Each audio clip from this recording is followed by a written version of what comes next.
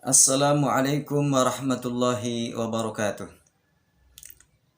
Selamat pagi anak-anakku semua yang dirahmati oleh Allah Subhanahu wa taala. Para pendengar yang budiman di mana saja berada. Dalam kesempatan ini kita akan mempelajari tentang iman kepada malaikat Allah. Kita masuk langsung standar kompetensi materi pendidikan agama Islam sekolah menengah pertama. Standar kompetensi meningkatkan keimanan kepada malaikat Allah Subhanahu wa taala. Kompetensi dasarnya: 1. Menjelaskan arti beriman kepada malaikat. 2. Menjelaskan tentang tugas-tugas malaikat. Next, kita langsung ke materi. Dalam kesempatan ini ada beberapa poin yang akan kita pelajari. Pertama, mengenai tentang pengertian iman kepada malaikat. Kemudian dalil iman kepada malaikat, nama dan tugas malaikat, sifat-sifat malaikat, perbedaan malaikat dengan yang lainnya. Yang terakhir adalah hikmah beriman kepada malaikat. Pengertian iman kepada malaikat secara bahasa, iman itu adalah percaya, yakin. Beriman berarti mempercayai atau meyakini. Malaikat adalah merupakan makhluk gaib yang mana malaikat itu sendiri adalah diciptakan oleh Allah dari nur, cahaya Allah. Kemudian malaikat memiliki tugas tertentu yang diberikan oleh Allah kepada malaikat. Malaikat secara istilah adalah makhluk gaib yang diciptakan dari cahaya untuk melaksanakan tugas tertentu dari Allah Subhanahu wa taala. Beriman kepada malaikat berarti mempercayai, meyakini adanya malaikat Allah merupakan makhluk gaib yang diciptakan dari nur atau cahaya untuk melaksanakan tugas-tugas tertentu dari Allah. Ini pengertian malaikat, beriman kepada malaikat. Mana dalilnya? Dalilnya mengenai tentang beriman kepada malaikat adalah dijelaskan di dalam surah Al-Fatir ayat 1. Alhamdulillahi fatiris samawati wal ardi ja'ilil malaika rusulan auli ajnihatim masanna wa sulasa wa ruba. Masna wa sulasa wa ruba. Ini adalah dalil nakli Al-Quran surah Al-Fatir ayat 1. Segala puji bagi Allah, pencipta langit dan bumi, yang menjadikan malaikat sebagai utusan-utusan untuk mengurus berbagai macam urusan, yang mempunyai sayap masing-masing, ada yang 2, 3, dan 4. Ini adalah dalil nakli. Nama dan tugas malaikat. Sebetulnya jumlah malaikat itu teramat banyak, ya. Sehingga ketika manusia untuk menghitung maka tidak akan mampu, ya. Kecuali Allah Subhanahu wa taala. Namun bagi seorang mukallaf, seorang muslim yang sudah akil balik harus mengetahui 10 malaikat yang wajib diketahui. Di antaranya adalah malaikat Jibril, tugasnya adalah menyampaikan wahyu kepada para nabi dan para rasul. Malaikat Mikail, tugasnya adalah menurunkan hujan dan membagikan rizki kepada makhluk Allah. Israfil, malaikat Israfil adalah tugasnya meniupkan sangkakala menjelang datangnya hari kiamat.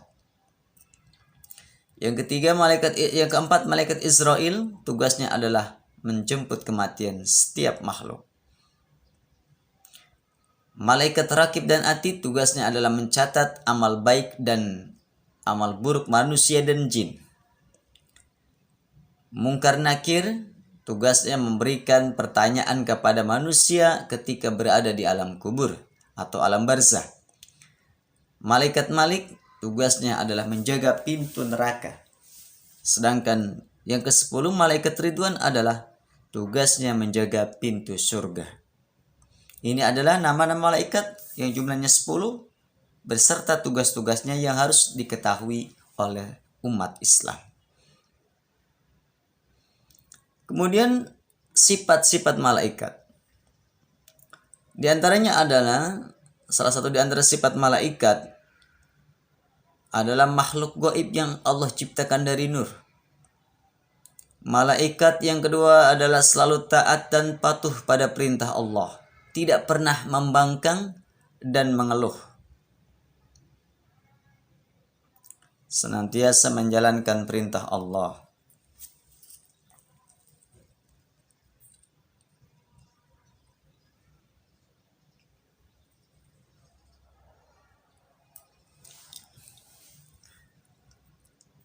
Kemudian malaikat tidak berjenis kelamin laki-laki atau perempuan.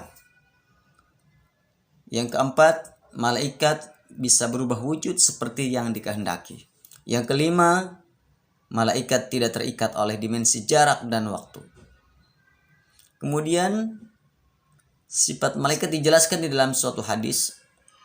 Khuliqal malaikatu min nur wa khuliqal jan min marij min nar wa khuliqa adam mimma wusifa lakum. Rawahu Muslim. Malaikat itu diciptakan dari nur cahaya.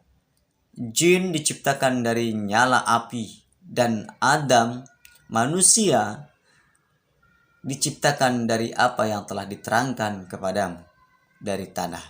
Hadis riwayat Imam Muslim. Lantas apa perbedaan-perbedaan antara malaikat, manusia, dan jin? Semuanya makhluk Allah. Malaikat diciptakan dari cahaya. Manusia diciptakan dari tanah. Sedangkan jin diciptakan dari nyala api. Malaikat memiliki sayap dan tangan. Manusia hanya punya tangan. Jin punya sayap dan tangan. Malaikat selalu taat kepada Allah, tidak ada yang bermaksiat kepada Allah. Ketika Allah perintahkan kepada malaikat, maka semua perintah Allah dilakukan. Berbeda dengan manusia, ada yang taat dan ada yang ingkar. Ada yang beriman, ada yang kufur. Begitupun juga jin, ada yang taat, ada yang ingkar. Ada yang beriman, ada yang kufur. Karena jin juga sama, ada jin muslim, ada jin kafir. Kemudian malaikat tidak makan, minum, dan tidur karena tidak memiliki hawa nafsu. Berbeda dengan manusia, butuh makan, minum, dan tidur. Sedangkan jin sama dengan manusia, butuh makan, minum, dan tidur. Kemudian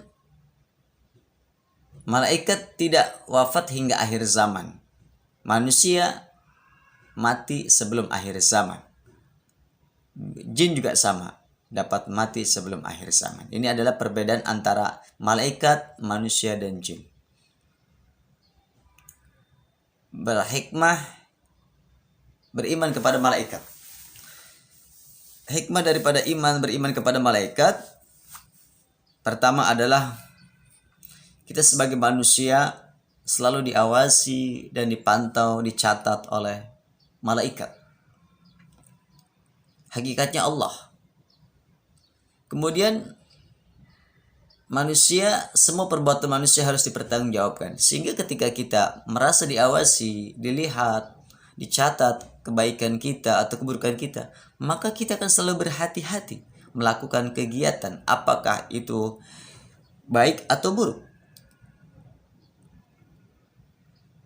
Apabila kita berbuat hal yang baik, maka kita akan mendapatkan balasan yang baik. Begitupun sebaliknya. Begitupun juga amal manusia akan dipertanggungjawabkan di akhirat. Faman ya'mal misqala dzarratin khairan yarah wa may ya'mal misqala dzarratin syarran yarah. Barang siapa beramal suatu kebaikan sebesar biji zarrah, biji sawi, maka kebaikan itu akan dibalas oleh Allah. Begitupun juga sama, siapapun manusianya yang berbuat amal kejelekan sebesar biji sawi, maka akan menerima balasannya. Oleh karena itu, dengan kita mempelajari hikmah beriman kepada Allah, mempelajari tentang beriman kepada Allah, kita selalu berhati-hati untuk melakukan amalan-amalan, perbuatan-perbuatan. Semoga kita selalu mendapatkan bimbingan dan ridho Allah Subhanahu wa taala. Demikian materi pada kesempatan ini. Kita masuk ke latihan. Evaluasi, semoga kita bisa menjawab soal yang pertama.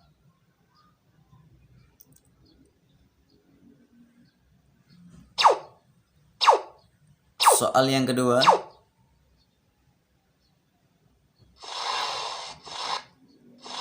Soal yang ketiga. Soal yang keempat. Soal yang kelima.